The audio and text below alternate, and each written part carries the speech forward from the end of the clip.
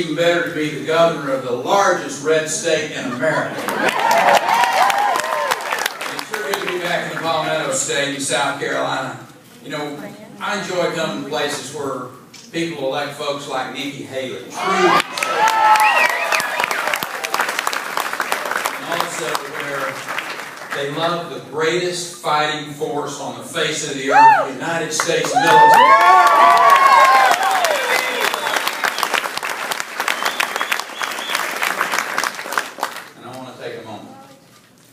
I want to take a moment and ask you to just take a silence. Think about those young Navy SEALs, the other special operators who gave it all in the service of their country. Just take a moment to say, thank you, Lord, that we have those kind of selfless, sacrificial men and women. Their sacrifice was immeasurable. Their dedication profound. And we will never, ever forget them.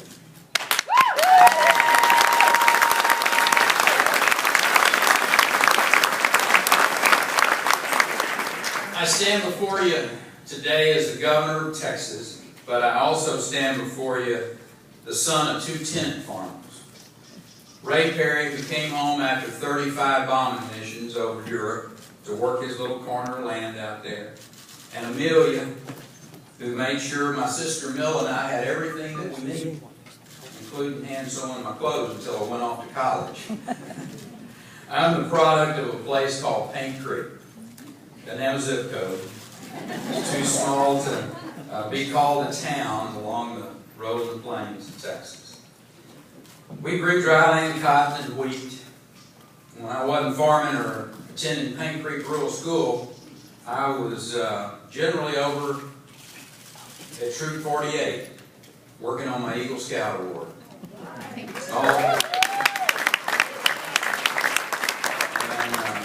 Around the age of 8, I was blessed, didn't realize it, but I was blessed to meet my future wife, Anita Thickpen, at a piano recital.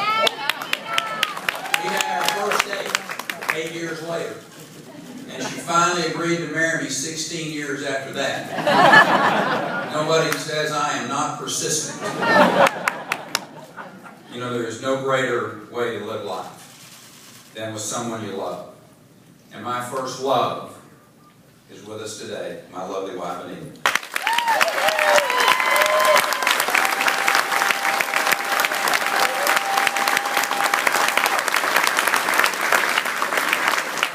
Blessed to have two incredible children, Griffin and Sydney, and they're also here with us today, and our wonderful daughter-in-law, Meredith.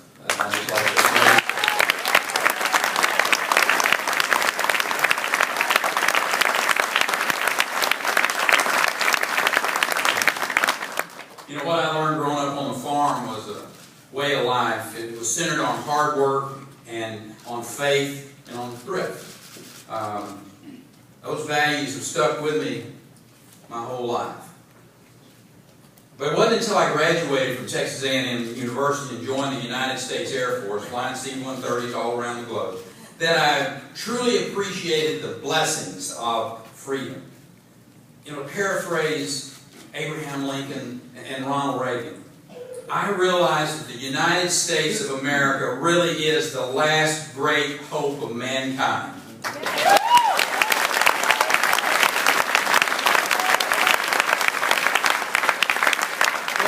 With systems of government that elevated rulers at the expense of the people. Socialist systems that cloaked maybe in good intentions, but were delivering misery and stagnation. And I learned that not everyone values life like we do in America, or the rights that are endowed to every human being by a loving God. You see, as Americans, we're not defined by class, and we will never be told our place.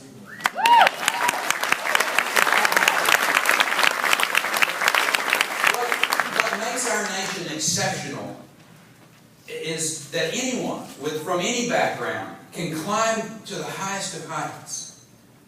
As Americans, we don't see the role of government as guaranteeing outcomes, but allowing free men and women to flourish based on their own vision, their hard work, and their personal responsibility. And as Americans, we realize that there is no taxpayer money that wasn't first earned by the sweat and toil of one of our citizens.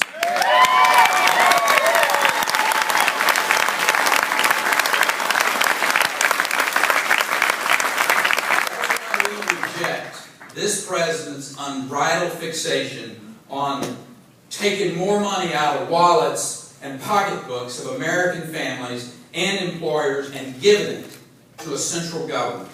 Spreading the wealth punishes success, that's right, while setting America on course for greater dependency on government.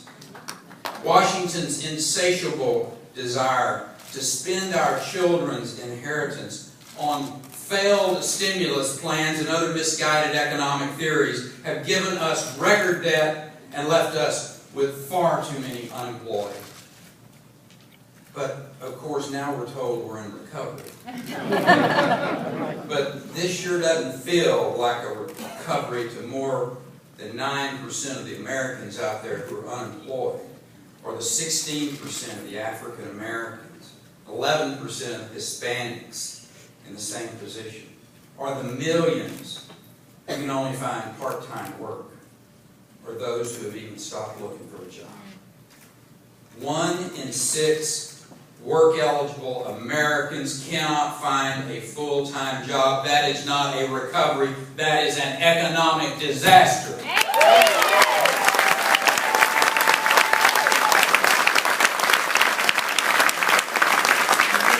For those Americans who do have full-time jobs, they aren't experiencing economic recovery with the rising fuel costs and the food prices that are going up. Recovery is a meaningless word if the bank is foreclosed on your home, if you're underwater on your mortgage, or if you are up to the max on your credit card debt. Those Americans know that this president and his big spending, big government policies have prolonged our national misery, not alleviated it.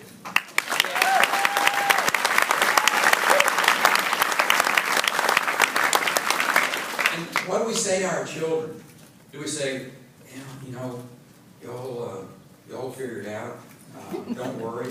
Washington's, they created 17 debt and entitlement commissions in 30 years.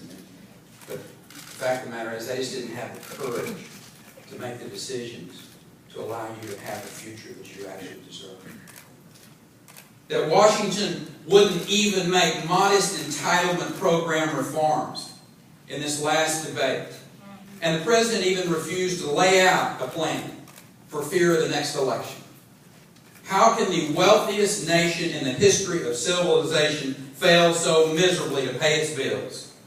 How does that happen? Well, Mr. President, let us tell you something.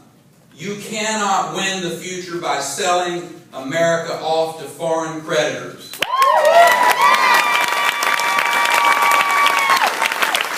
We cannot afford 4 more years of this rudderless leadership. Last week, that leadership failed.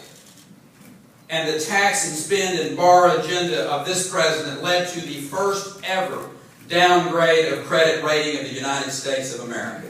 In reality, though, this is just the most recent downgrade.